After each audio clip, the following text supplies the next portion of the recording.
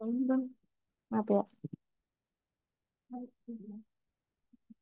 Hmm? Oh iya, HP ku. Kejauhan ya? Iya, iya. Nggak nyampe. Nggak nyampe. Nah, nggak apa-apa. Iya, itu aja. Aduh, bentar, aku tuker ke sini aja. Makasih ya.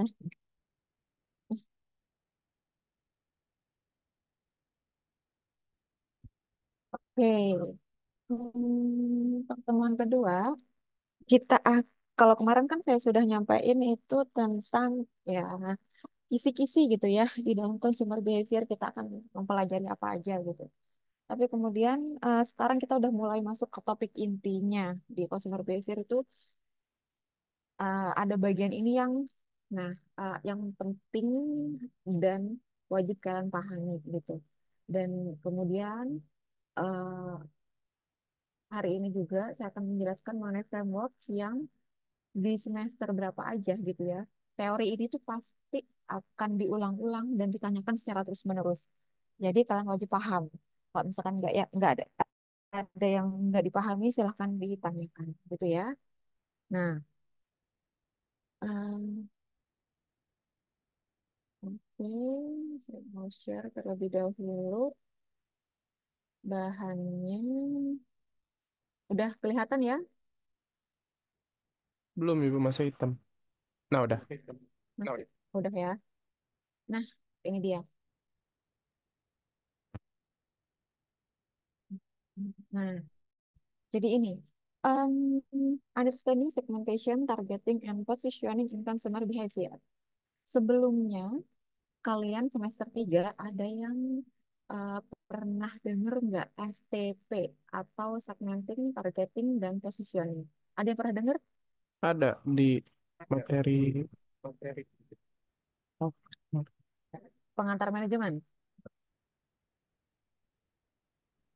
Di marketing management. ya, iya di marketing ya, lupa. Ya, nah, jadi itu mungkin sempat di-spill gitu ya, salah satu framework yang biasanya digunakan oleh marketer dalam menganalisis strateginya itu ada STP gitu. Nah, saat ini akan kita kupas tuntas STP itu apa dan bagaimana proses kerjanya gitu ya. Seperti biasa, jangan lupa Faisal untuk dibantu em, mencatat poin keaktifan dari teman-teman. Nah, Em, jadi gini, ada yang mau mengemukakan pendapatnya mengenai segmentation ini apa sebelum kita lebih lanjut untuk mempelajari bersama segmentation ini. Silakan dimulai untuk mengemukakan pendapatnya.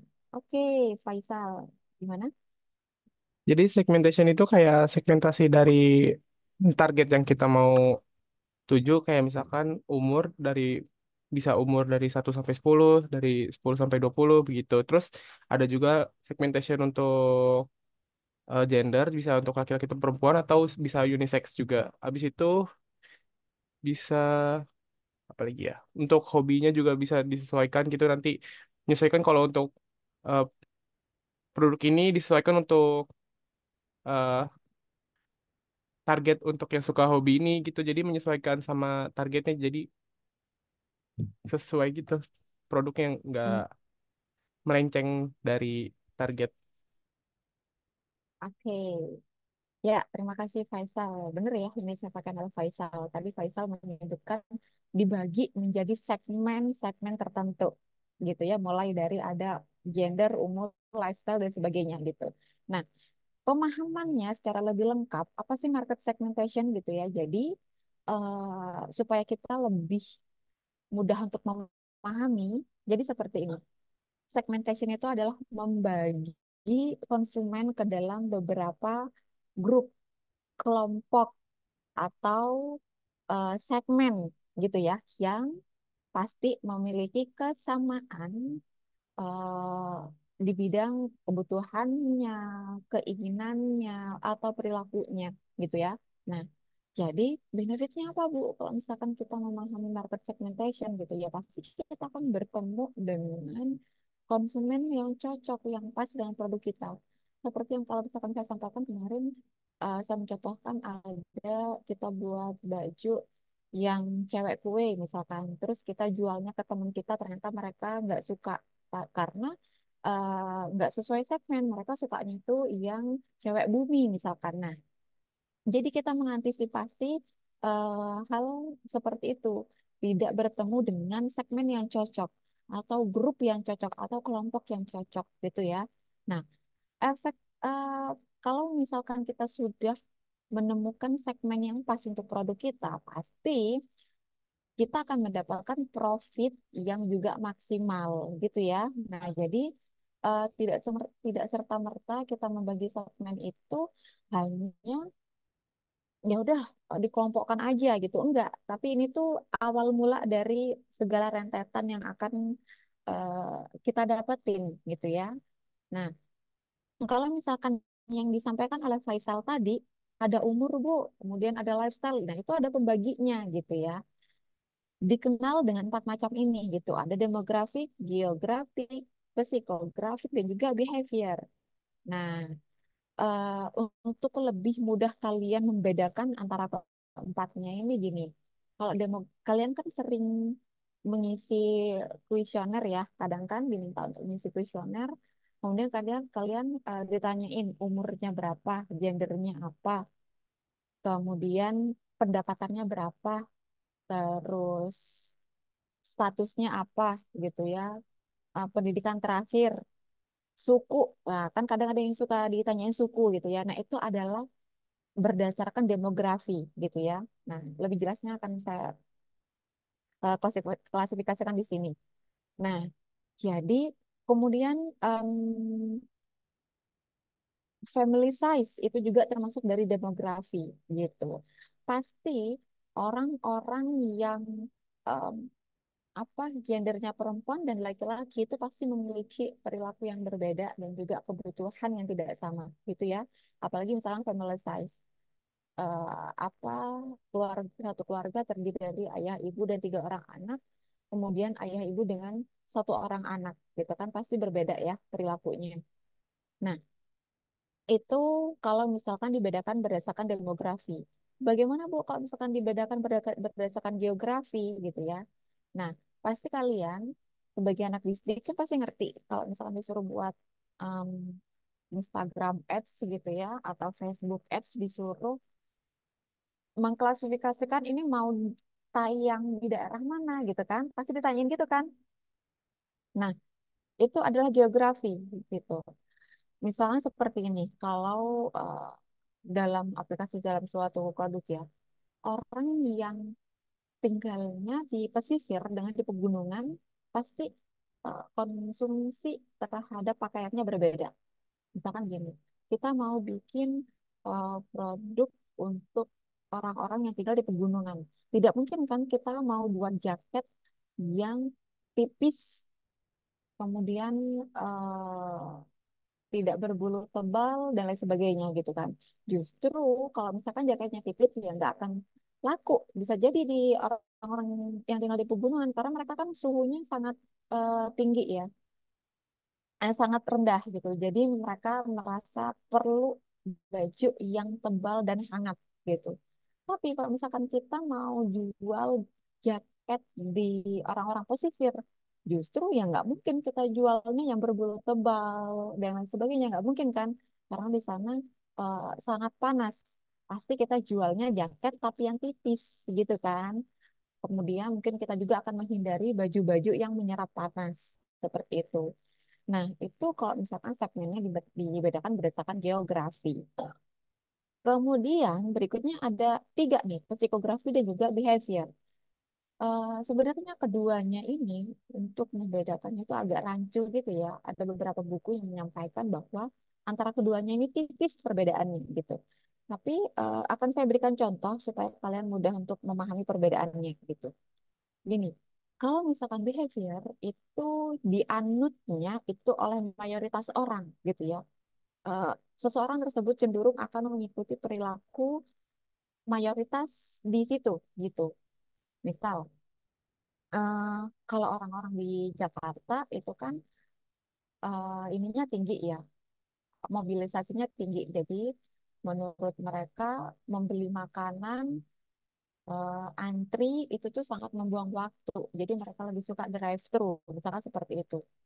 Kemudian dia pindah ke suatu daerah, kabupaten misalkan, itu tidak begitu ramai dan akhirnya eh, toko-toko makanan yang ada sistem drive-thru-nya itu nggak ada gitu ya. Tapi dia nggak merasa tidak merasa bersalah gitu. Akhirnya dia berubah menjadi tidak lagi suka drive-thru gitu ya. Ya karena nggak ada pun di situ saya nggak masalah gitu misalkan.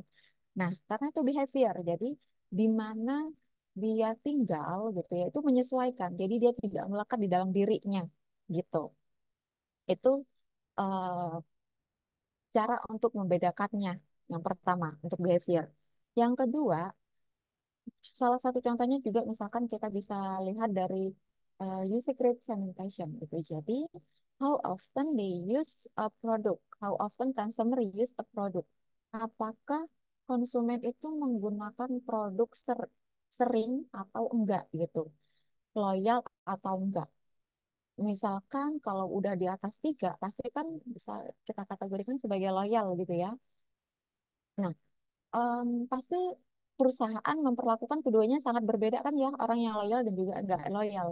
Misalkan orang yang loyal ketika dia mau reservasi reservasi tempat gitu ya, atau mau membeli itu kita kasih keistimewaan yaitu tanpa harus antri. Misalkan seperti itu.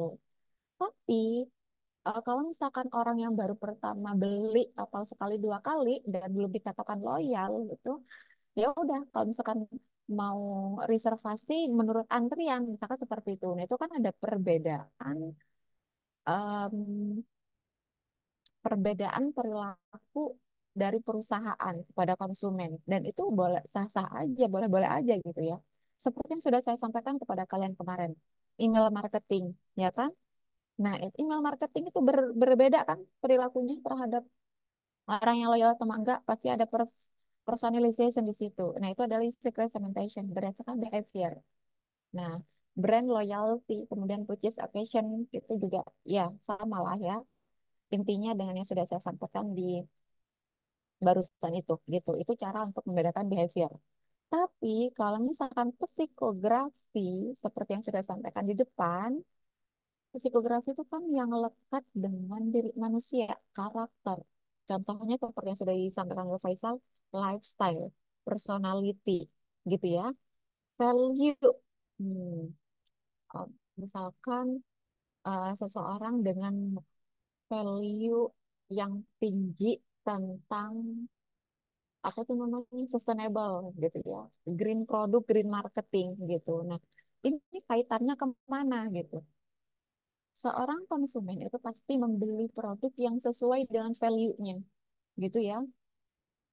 Nah, eh, apa seseorang yang kalau dibandingkan, misalkan eh, value saya adalah suka produk yang green marketing, pasti saya menggunakan skincare yang juga sejalan dengan value yang saya anut, gitu. Yaitu misalkan The Body Shop. Nah, The Body Shop kan dia kan green produk banget ya.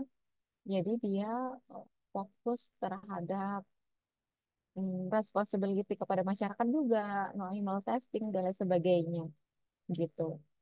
Kemudian social class, value, motivation, nah itu adalah psikografis yang dia nggak akan berubah dimanapun dia ditempatkan. Mau tinggal di Jakarta, mau tinggal di daerah, juga sama gitu ya. Karena itu value yang melekat pada karakteristik individu seperti itu. Oke, dari sini, dari keempat itu tadi ada yang masih belum paham cara membedakannya? Mudah ya.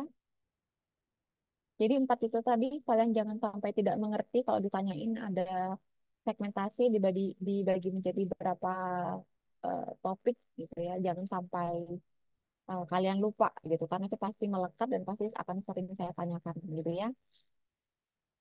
Oke. Nah, saya punya oh, saya punya video Belum saya share soalnya kayaknya.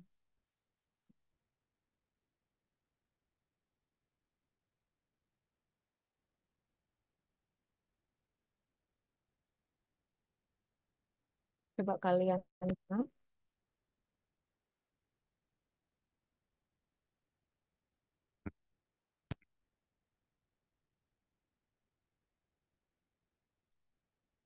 udah yang keluar di layar kalian apa? Eh, Chrome, Bu. Hmm? Chrome, Udah keluar belum? YouTube ya. YouTube ya. Udah ya, YouTube ya. Oke, kita simak bareng-bareng.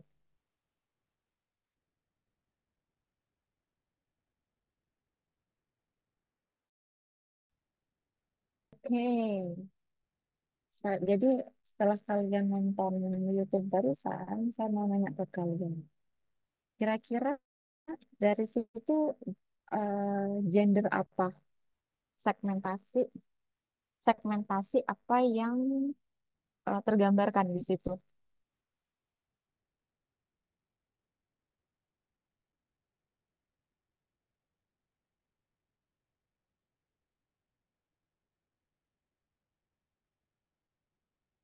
Silakan.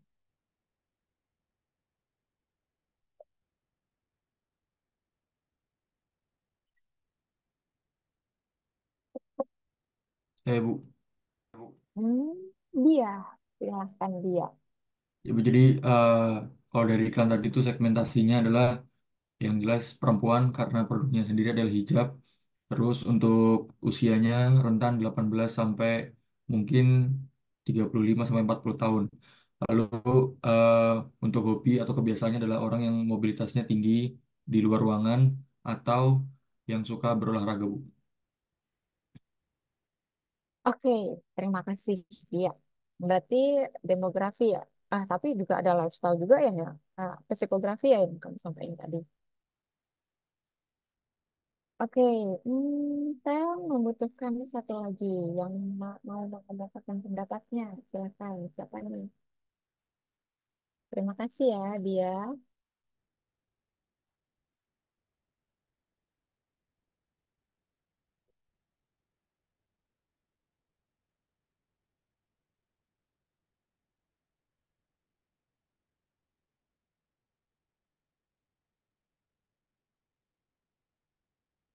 Siapa, guys?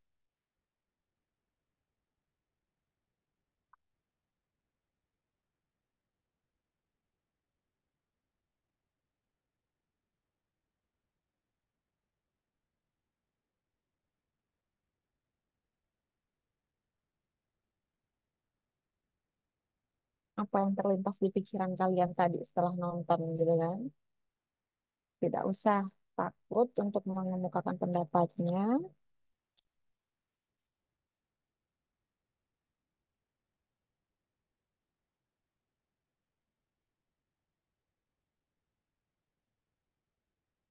Ya udah, kalau belum ada, saya tunggu sampai ada satu yang mengemukakan pendapatnya.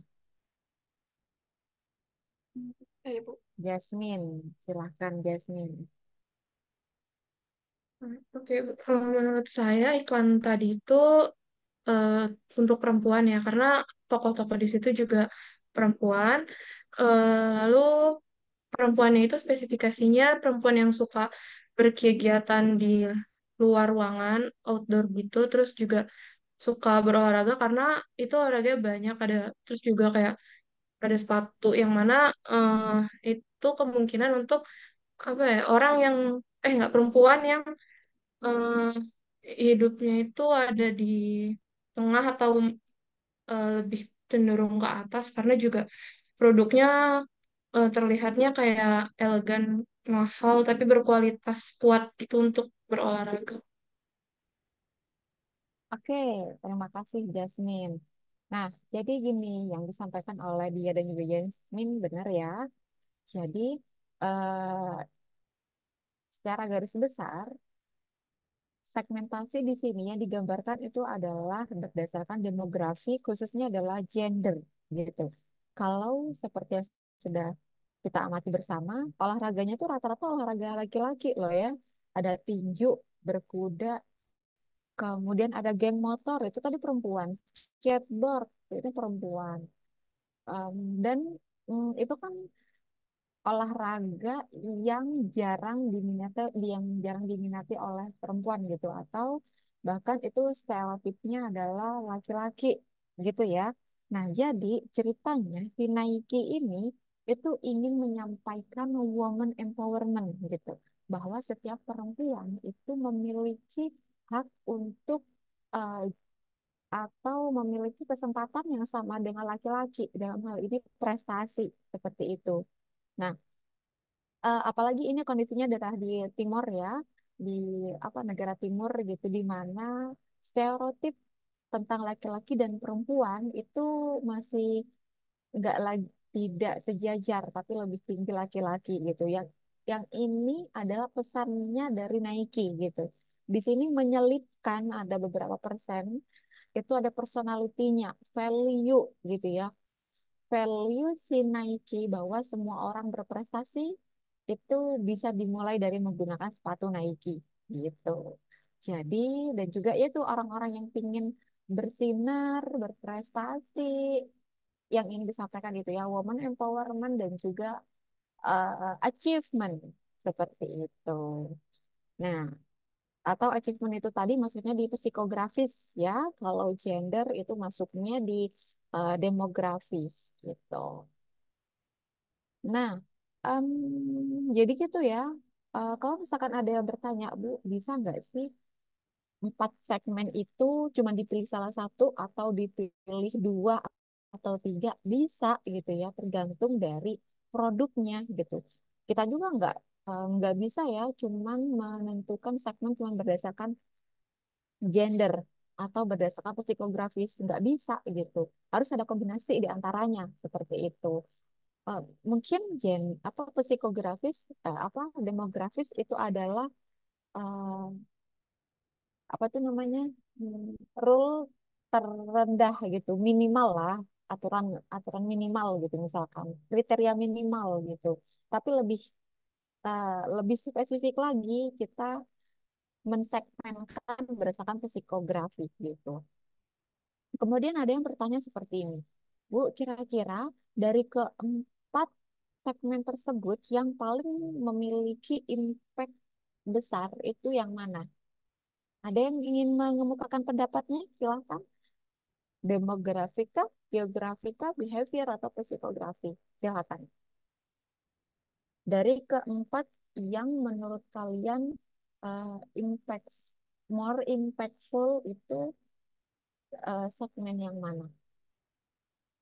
Psiko ya Bu. Soalnya dia udah menuju ke inti dari apa kebiasaan si pembelinya. Jadi kalau dia mau kalau dijual sepatu pasti kan bakal dibelinya sama orang-orang yang jangan sepatu deh.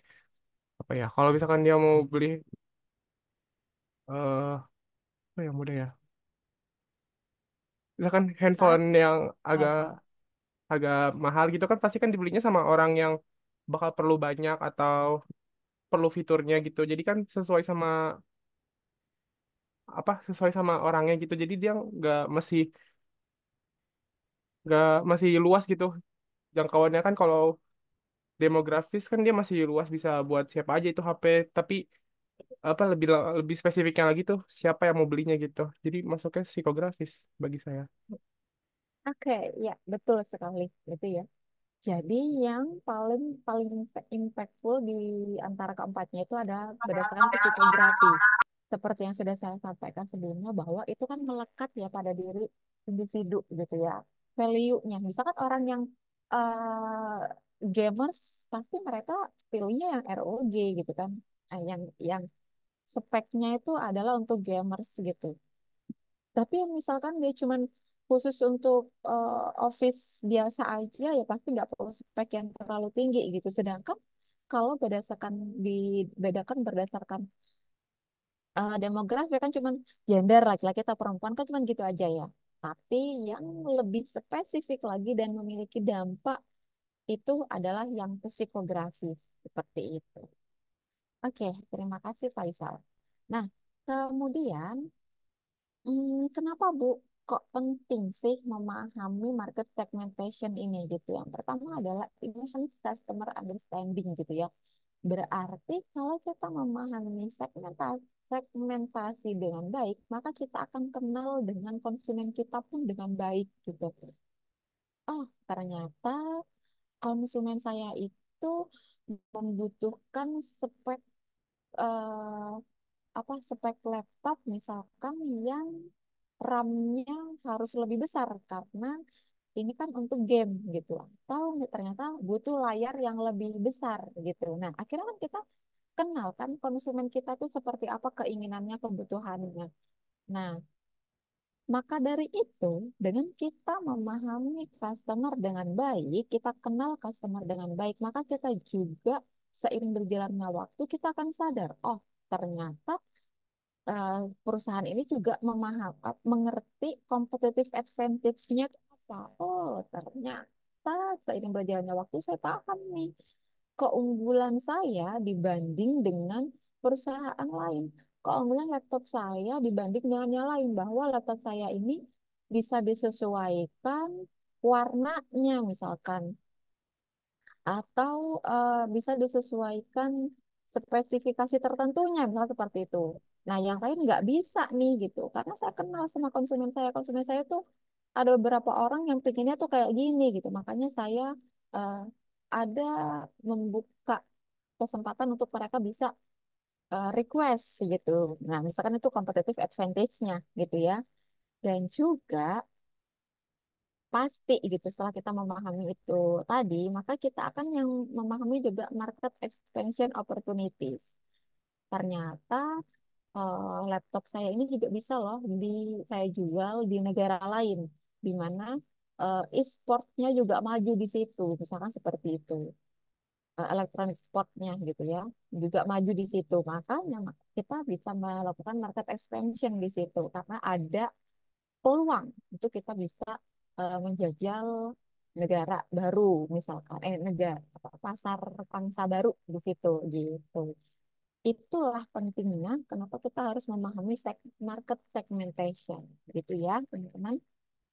Nah, oke, berikutnya itu adalah targeting. Nah, jadi kadang tuh orang-orang tuh, nah maksudnya targeting itu ya udah berarti kan menargetkan segmen gitu kan ya. Kadang ada yang bingung untuk mengartikan targeting itu apa gitu. Jadi targeting itu adalah choose the most high profit potential segment to market gitu. Jadi kita memilih segmen yang high profit potensial atau memiliki potensi profit tertinggi. Hmm, maksudnya seperti apa sih Bu gitu ya? Maksudnya seperti ini. Ada yang sudah saya tuliskan di situ ada market size dan juga growth potensial. Gini. Jadi macam-macam perusahaan itu nggak cuma ya ada perusahaan eh, apa saingannya McD ya KFC, kemudian eh, saingannya burger ada Subway, kemudian ada Burger King. Nah, enggak cuma kayak gitu ya. Ada market size di situ gitu. Ada urutan kelas industri di situ gitu. Jadi gini, macam-macam perusahaan itu golongannya atau kelasnya itu dibagi menjadi empat. Kelas paling atas itu ada yang namanya market leader. Nah, market leader juga leader ya. Maka di sini adalah perusahaan atau industri yang memiliki pangsa pasar terbesar. Sebanyak 40% dia menguasai di situ. Contoh misalkan Unilever. Unilever sama Indofood kan lebih besar Unilever ya. Dia menggarap 40% potensi konsumen di situ dari produk-produk rumah tangga gitu kan. Nah, itu adalah namanya market leader. Nah, atau misalkan di bidang bidang burger, katakanlah misalkan Burger King, misalkan seperti itu ya. Dia adalah market leadernya. Dia pemimpin pasar gitu ya.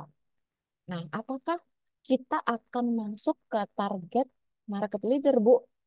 Nggak mampu, Bu, gitu kan. Karena perusahaan kita itu belum memiliki cukup modal yang banyak dan mampu bersaing. Nggak mungkin kita masuk ke market leader gitu ya. Ini size-nya terlalu besar. Gitu. Oke, berarti kita turun ke bawahnya. Di bawahnya itu ada market follower gitu ya. Namanya juga market follower berarti dia pengikut gitu ya. Nah, jadi market follower ini yang menempati posisi kedua sebanyak 30% dari total pangsa pasar yang ada gitu. Contohnya itu siapa Bu? Nah, contohnya ini biasanya ini yang apa kalau market leader pun itu nomor 10, berarti market follower itu nomor 9. Dia saingannya m- market follower ini saingannya dengan market leader gitu, tapi dia masih kalah dengan market leader gitu ceritanya. Sebanyak 30%. Apakah kita mau memilih segmen target tersebut? Oh, nggak mungkin juga Bu. Masih belum cukup umur, belum cukup modal, misalkan seperti itu. Oke, kita turun lagi ke kelas ketiga. Itu ada yang namanya market cloning. Nah, cloning gitu ya. Jadi kita tuh niru gitu. Jadi penirunya. Misalkan kalau di kelasnya perburgeran gitu ya, itu ada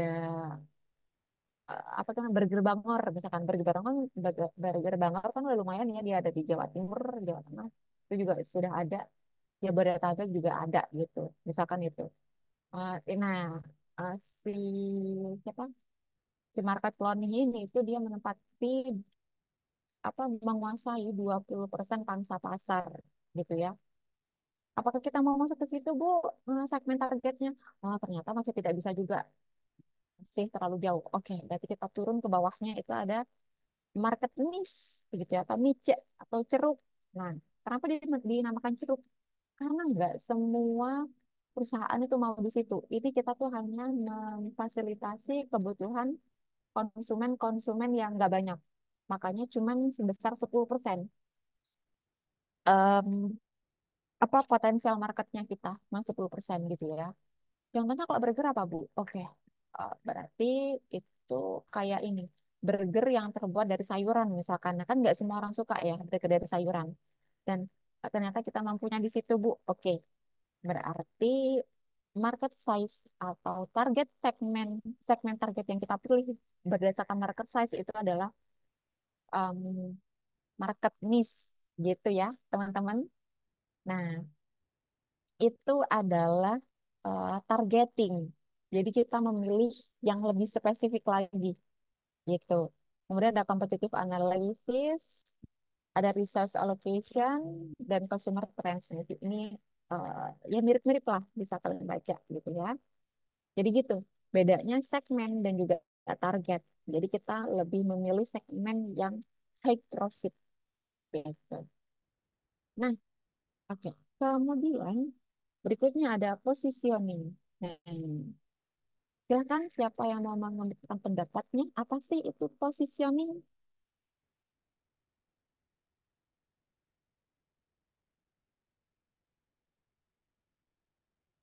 Dia, oke, silakan dia. Kalau menurut saya, positioning ini cara menentukan di mana si perusahaannya itu berada dibandingkan para pesaingnya. Misalkan kayak good quality. Oke, terima Ya, kasih dia. Ya, betul yang disampaikan oleh dia. Kemudian coba deh, saya pengen nambah satu lagi yang mau menyampaikan pendapatnya tentang positioning juga. Saya Amar, silakan Mar. suatu perusahaan untuk mencapai bagaimana Ya, dia itu memposisikan dirinya sendiri di mana dia harus bisa menaruh semua advantage itu ke dalam suatu kuadran atau faktor tertentu. oke. Ya, betul ya yang disampaikan oleh Amar dan juga dia. Kalau saya ada kesimpulan dari keduanya itu, jadi gini, positioning itu. Kita itu pengen dikenal sebagai brand yang di mana sih gitu. Atau atau memposisikan brand kita di benak konsumen itu pengennya seperti apa? High quality kah, low price kah, atau apa gitu kan? Nah, itu positioning. Kita pengen dikenal seperti apa? atau kata lainnya brand image-nya kita itu bagaimana gitu ya. Atau misalkan saya pengen dikenal sebagai ibu dosen yang galak misalkan dan susah ngasih nilai. Nah, itu adalah positioningnya saya gitu. Itu salah satu contohnya. Atau misalkan kayak Lion Air ya, dia kan positioningnya apa? Low price kan? Kalau Garuda apa? High quality gitu kan? Nah, jadi itu kita tuh pengen dikenal seperti apa gitu. Itu namanya positioning, memposisikan brand di benak konsumen seperti itu. Nah, kemudian oke, ya, seperti yang disampaikan di sini ya, defining dari positioning adalah perceive in the minds gitu. Jadi gimana kita dikenal atau bagaimana kita pengen dikenal seperti apa di mana konsumen gitu. Nah, otomatis itu akan membantu kita untuk creating a unique position gitu. Jadi membantu kita itu untuk menemukan unique selling point kita itu apa gitu ya. Hmm, contohnya, contohnya kalau eh, saya bilang Erigo, kalian apa yang ada di benak kalian?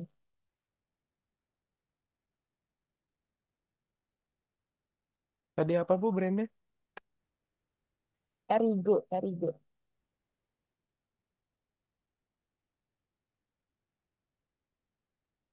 Apa? Yang ada di benak kalian apa? Kalau saya Ya, ngomong Erigo. kalau kalau Erigo itu kan baju gitu ya, Bu. Itu high quality sih. Hmm, oke. Ya. Jadi bener ya, high Erigo itu kalau yang kita kenal itu bisa high quality seperti yang sampaikan oleh dia dan juga low price nggak sih dengan harga segitu ya menurut saya sih ya nggak sih ya kan jadi dia tuh menjawab keresahan konsumen gitu biasanya kan konsumen saya mau beli baju yang murah tapi bagus nah Erigo lah jawabannya gitu kan dia menurut saya sih kualitasnya itu bagus dengan harga segitu gitu jadi itu adalah positioningnya Erigo gitu ya jadi dia ingin dikenal seperti apa dia dikenal produk yang murah tapi kualitasnya bagus gitu. Nah, kemudian kalau titik tertinggi positioning itu berhasil itu kalau gini, misalkan kalian beli beli Pepsodent atau beli Rinso misalkan ya, kalian nyebutnya apa? Beli beli deterjen kalian nyebutnya apa? Beli apa? Wirin so. Beli Rinso. Padahal yang dimaksud daya misalkan atau misalkan beli beli air mineral. Kalian ngomongnya beli apa? Beli Aqua. Beli Aqua. Aku, Pak. Padahal yang diambil mineral misalkan. Nah, itu tuh udah di benak konsumen udah mengakar gitu kan. Nah, jadi positioning itu tidak serta mereka bisa dicapai 1 tahun, 2 tahun, 3 tahun. Enggak, itu butuh proses gitu ya. Dan semuanya ini tuh pasti inline dengan pemilihan influencer gitu ya. Positioning kita adalah sepatu sport yang berkelas, sepatu olahraga yang berkelas. Kan nggak mungkin kita pakainya siapa tuh namanya Raisa gitu kan? Kan Raisa bukan influencer atau artis di bidang olahraga kan nggak mungkin ya. Nah, pasti yang kita pilih adalah orang-orang yang suka berolahraga. Siapa yang orang-orang suka berolahraga? Atau atlet misalkan. Nah, misalkan Darius gitu kan, ya lumayan kan ya kalau Darius gitu, karena dia juga suka olahraga gitu. Kemudian dari segi postur dan lain sebagainya tuh, wah udah keren lah ya, dia tinggi, gagah gitu. Jadi cocok kalau misalkan dia mempositioningkan sebuah brand sepatu yang berkelas dan juga sepatu olahraga gitu kan.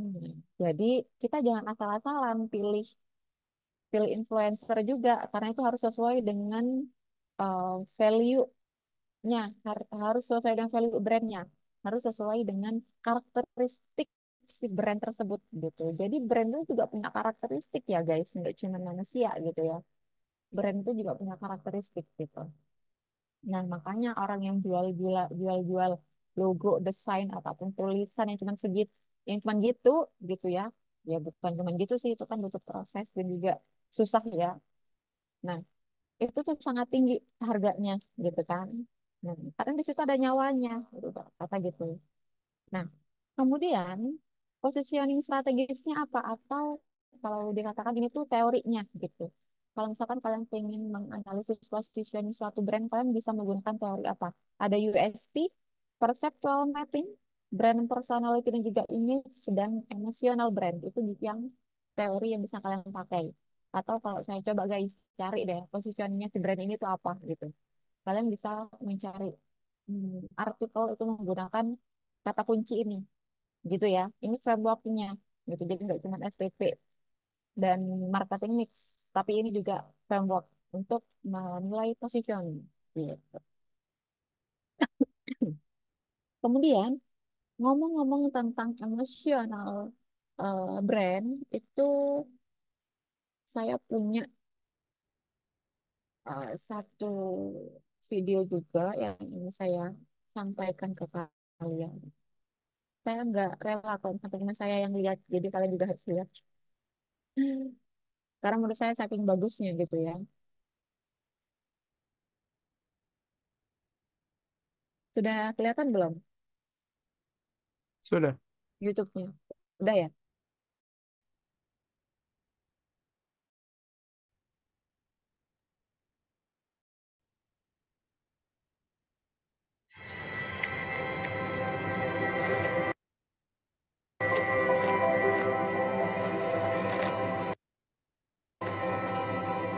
People think that having a disability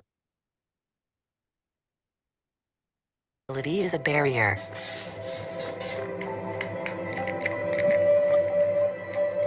But that's not the way I see it. You can catch up with friends.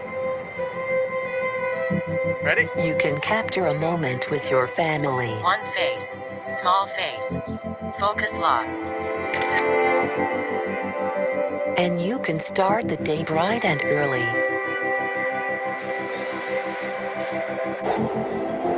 You can take a trip to somewhere new.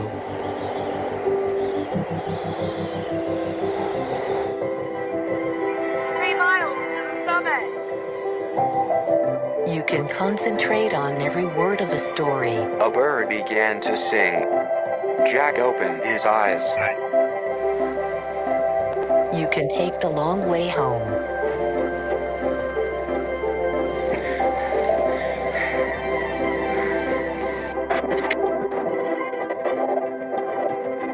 Or edit a film like this one.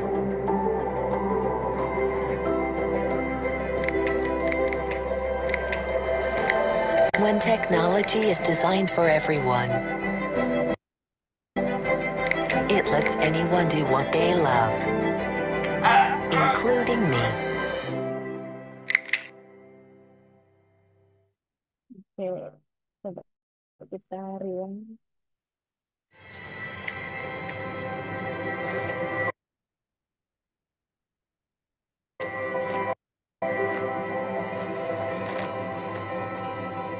People think that having a disability is a barrier.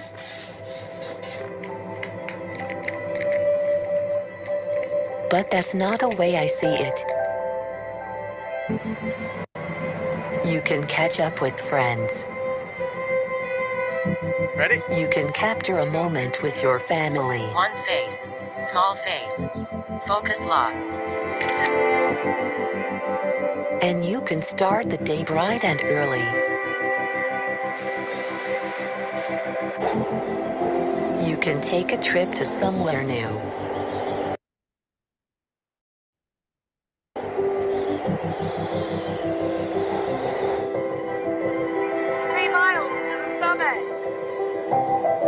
You can concentrate on every word of a story. A bird began to sing. Jack opened his eyes. You can take the long way home.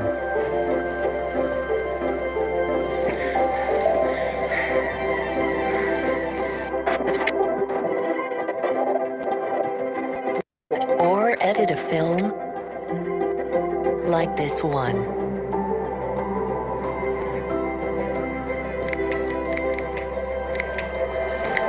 When technology is designed for everyone, it lets anyone do what they love, including me.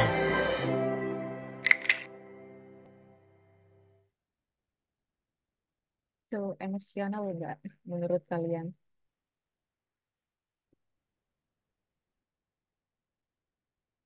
Gimana pendapat kalian tentang video tadi?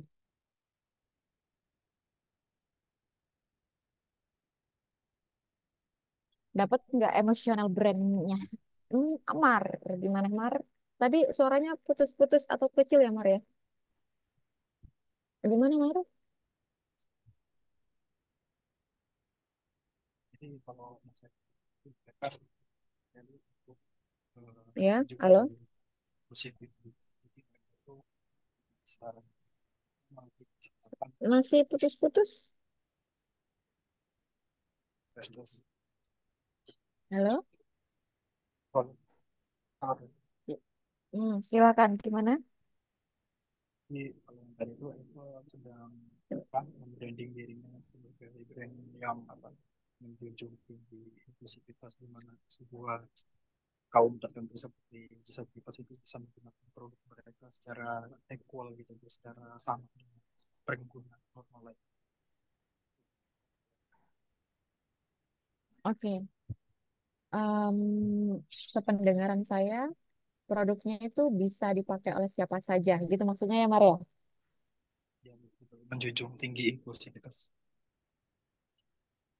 Oke, oke, terima kasih Amar. Ya, terus sekali ya. Kemudian siapa lagi nih yang mau mengemukakan pendapatnya? Farhan dan siapa nih? Satu lagi. Oh Farhan, oh ya Farhan, silakan Farhan. Oke, menurut saya iklan yang dipaparkan oleh Apple itu eh, bisa untuk mensupport semua orang, apalagi yang berkebutuhan untuk melakukan sesuatu, eh, bisa dari daring teknologi. Jadi Apple tuh mensupport segala kegiatan eh, yang orang normal lakukan sehari-hari seperti olahraga, editing segala macam. Nah, dan itu bisa dilakukan oleh orang disabel juga. Menurut saya Apple tuh mensupport semua orang untuk eh, ber sorry, mensupport semua orang untuk ber eh, berpendapat sama ini. Itu saja, Bu. Maaf. Oke, terima kasih Farhan. Ya, betul ya yang disampaikan oleh Farhan. Terima kasih. Oke, kita punya satu lagi nih, perempuan, Natia Tiara yang mau menyampaikan pendapatnya. Silakan. Ya, makasih Bu, saya izin berpendapat. Jadi Mhm. dari yang saya lihat videonya itu, Apple itu tidak secara terang-terangan mempromosikan produknya, tetapi mereka tuh lebih menonjolkan value dari berbagai produknya kayak yang eh, handphone dan juga seperti kayak komputer gitu, komputer Apple. Nah, di situ juga mereka menambahkan emosionalnya, membangun emosional dari audiens itu dengan em, menjadikan orang-orang yang berkebutuhan khusus ini juga bisa menggunakan produk-produk dari Apple gitu. Oke, terima kasih Natia Tiara. Ya, jadi betul ya. Kalau misalkan kita rangkum dari ketiganya gitu, seperti yang kita tonton secara bersama-sama gitu, bahwa membangun emosi, membangun positioning itu tuh kayak nggak perlu tidak selalu, tidak melulu itu menggunakan jargon yang atau iklan yang diulang-ulang gitu ya sampai 3 kali kan ada ya di televisi 3 kali, 3 kali gitu. Nah, nggak seperti itu untuk membenamkan, memposisikan di benak konsumen gitu. Cukup salah satunya bisa menggunakan strategi emosional branding. Nah, yang dilakukan oleh Apple ini gitu kan.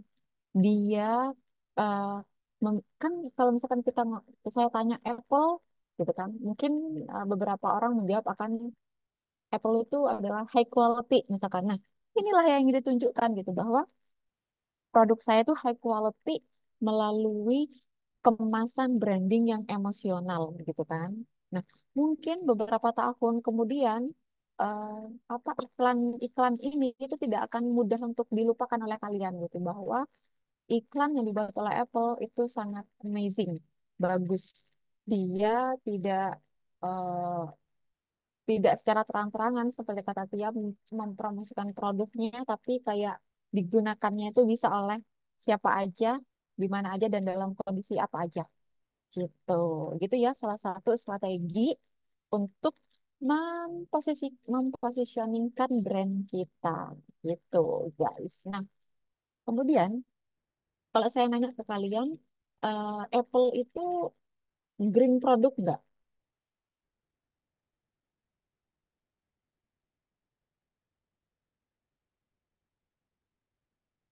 Kalian tahu Apple itu green produk apa enggak?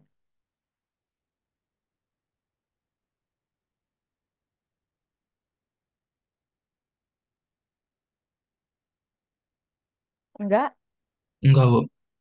enggak ya.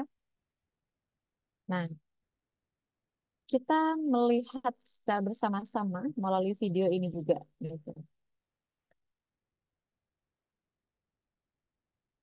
iPhone 16 sudah keluar BTW guys. Nah, yang mau upgrade silahkan. Tapi kayaknya belum ada deh di Indonesia ya. Coba kita akan melihat ada dua sebenarnya video yang akan saya tampilkan ke kalian gitu. Salah satunya ini.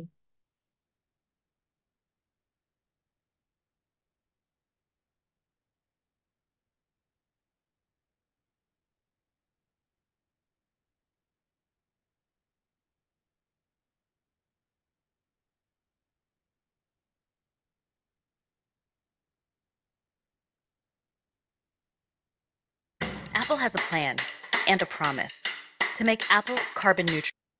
Wait, no, we've already done that. To make every single Apple product carbon neutral by 2030. Even yours. We're working to make every iPhone, iPad, watch, and Mac with 100% recycled or renewable materials. We're finding new ways to extract aluminum, steel, tin, tungsten, and plastic from recycled Apple products. We're growing enough trees and recycling enough paper to sustain all our packaging.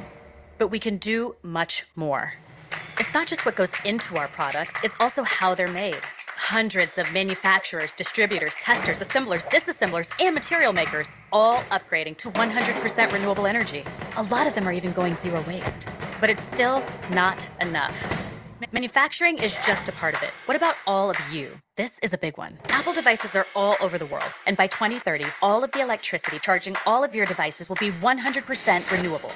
So you're a part of this too. Because Apple is going carbon neutral. No, everything Apple is going carbon neutral. Apple has a plan.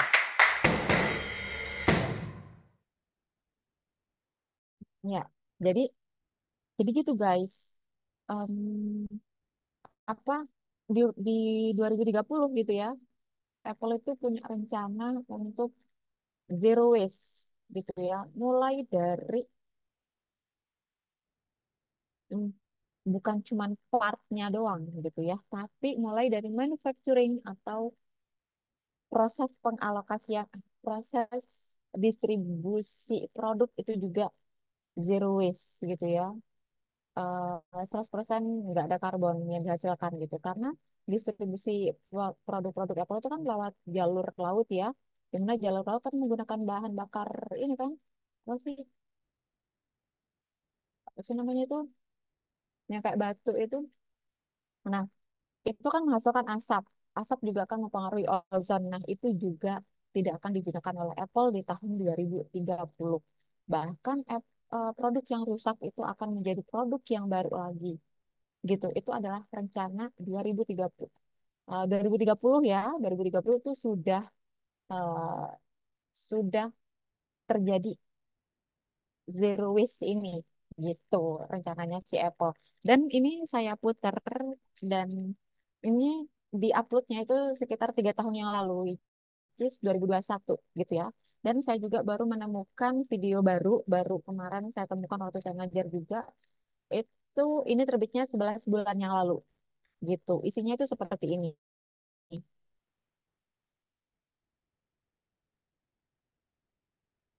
Hmm, namanya Mother Nature. Coba kita cek gitu.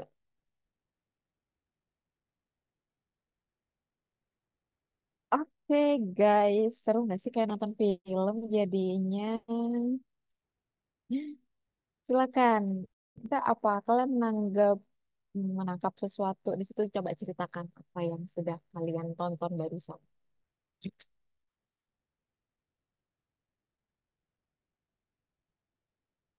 Siapa? Saya Bu. Dia, silakan Ya, dia. jadi sebenarnya yang berusaha dilakukan oleh si Apple ini adalah apa ya, menambah value dari brand tersebut. Jadi karena kan mereka udah punya USP yang bagus, mereka udah punya perceptual mapping yang bagus, terus brand personality sama image itu sudah bagus. Dan untuk karena target market mereka kan adalah orang-orang dengan demografi menengah ke atas ya, di mana mereka eh, cenderung untuk memilih suatu produk yang eh, tidak hanya dari segi kualitas, tapi juga dari nilai yang ada di dalam produk atau brand tersebut. Nah, makanya si Apple ini mencoba membentuk si emotional branding ini kayak gitu sih, Bu. Oke, terima kasih dia. Ya, nah jadi ceritanya itu berurutan gitu ya.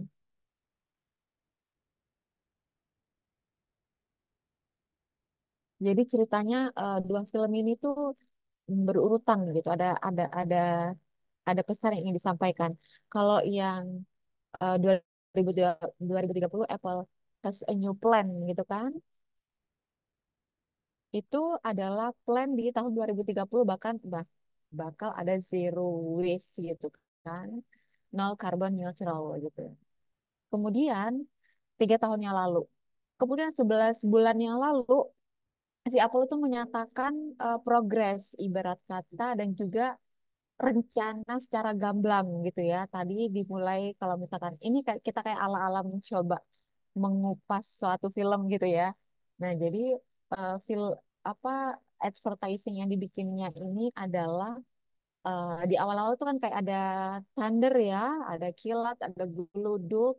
Itu kayak mother nature-nya mau keluar. Berkata ini tuh alam udah memberikan syarat kemarahannya kayak gitu kan, kayak ada gempa juga kan. Terus tiba-tiba Mother Nature gitu kan, itu keluar. Nah, kemudian dia menagih janjinya kepada Apple nih. Apa yang kamu apa yang akan kamu sumbangkan untuk perbaikan bumiku gitu, ibarat kata. Terus per orang-orang itu kan ada namanya material, product, terus transportation ya kan. Nama-nama orangnya kan pakai nama-nama itu ya. Dah. Jadi dia tuh kayak menagih part-partnya. Part transportation di Apple itu gimana? Kemudian materialnya gimana? Kemudian forestnya gimana gitu kan ya. Jadi dia menagih janji untuk yang katanya mau menghijaukan si bumi ini gitu. Terus bahkan yang si perempuan itu kan dia bagian apa ya saya lupa gitu kan. Ditanya, kalau semua orang itu melakukan penghijauan kembali, tapi kalau saya enggak, kita berbeda. Kita bahkan membuat hutan, gitu kan? Tadi disampaikannya, kenapa kamu nggak buat hutan di apa Amazon, gitu kan katanya? Iya, kita sedang berusaha untuk membuat seperti itu, gitu kan? Nah, jadi ini tuh kayak dikemas epic gitu kan, antusias juga itu ya, entah ini gimmick atau enggak, tapi saya berharap ini bukan gimmick gitu kan. Ini akan menyumbang eh, keselamatan bumi kita gitu. Jadi itu yang disampaikan oleh Apple-nya gitu, kurang lebih guys gitu ya. Jadi kalau pertanyaan saya adalah Apple apakah green product? For no, maybe no, but still process to be a green product gitu kan. Nah, dan itu juga disampaikan bahwa sekarang tuh udah tidak ada pertanyaan lagi apakah Apple itu nggak akan green produk ya, kita akan green produk dan ini sedang tahap proses gitu, dan prosesnya juga disampaikan sebegini mewah dan terencananya gitu ya, iyalah ya Apple kan gitu kan. Nah, jadi seperti itu guys, positioning strategisnya yang bisa kita ciptakan melalui branding, emotional branding gitu. Kemudian ya ini adalah benefitnya, dan ini adalah em, ini bisa ininya ya, apa, bisa kalian baca sendiri juga.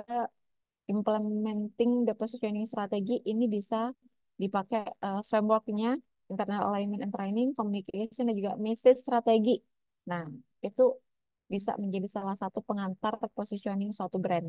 Nah, dan ini yang saya cantumkan sekarang ini adalah em, positioning statement gitu. Ketika kalian diminta untuk membuat suatu positioning brand, kalian menggunakan template ini aja, menggunakan statement ini aja gitu kan.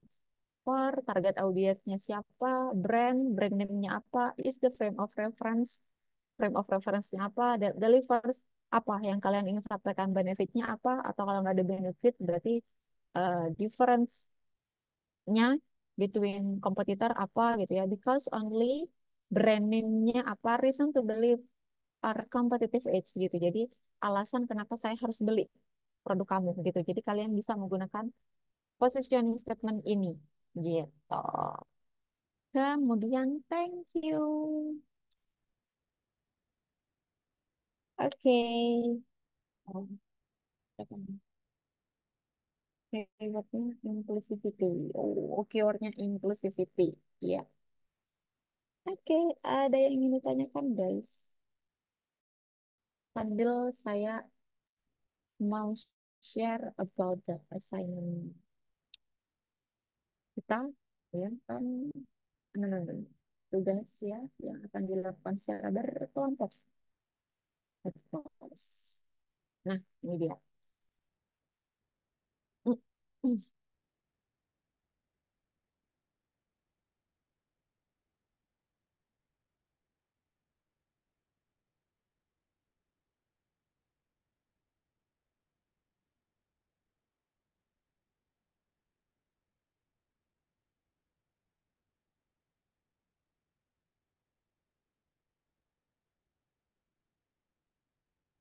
Nah, oke, let me share.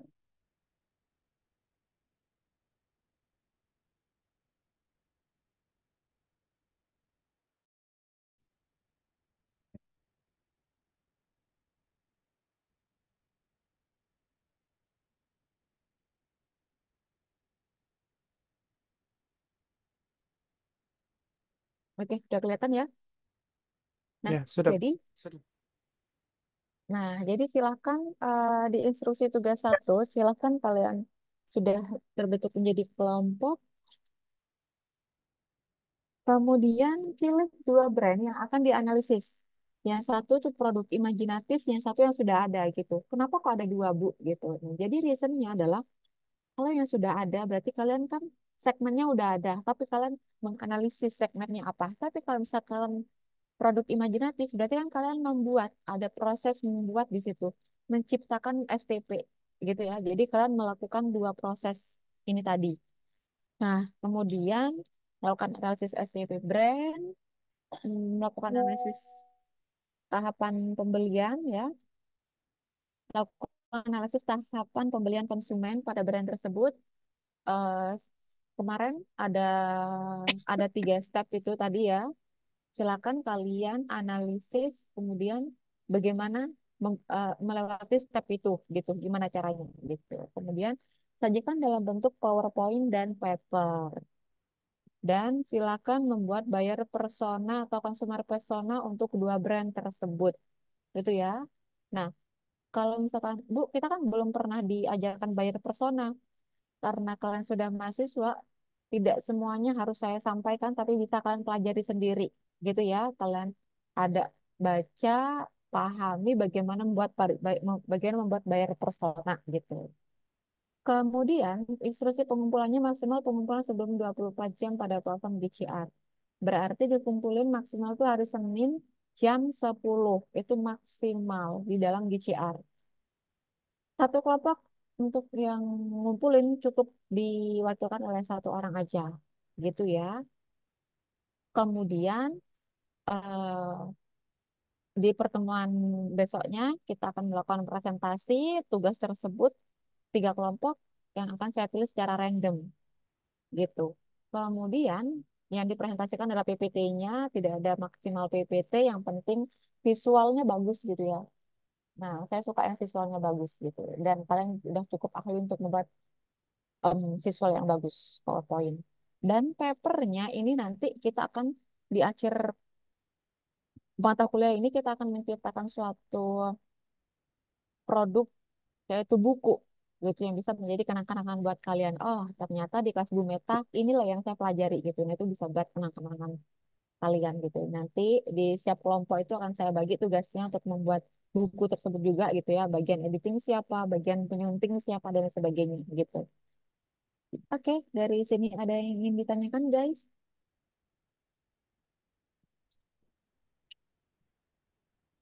Saya ingin bertanya, Bu. Hmm. Kalau brandnya itu boleh sama nggak sama kelompok lain gitu? Apa harus beda-beda Oh, semua? ya tentu harus beda dong ya. Nggak boleh sama. Oke, makasih, Bu. Oke. Next question.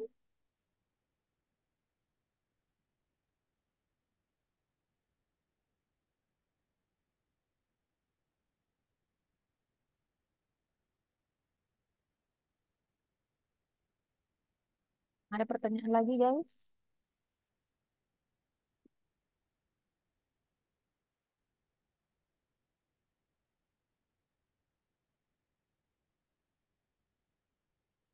Cukup?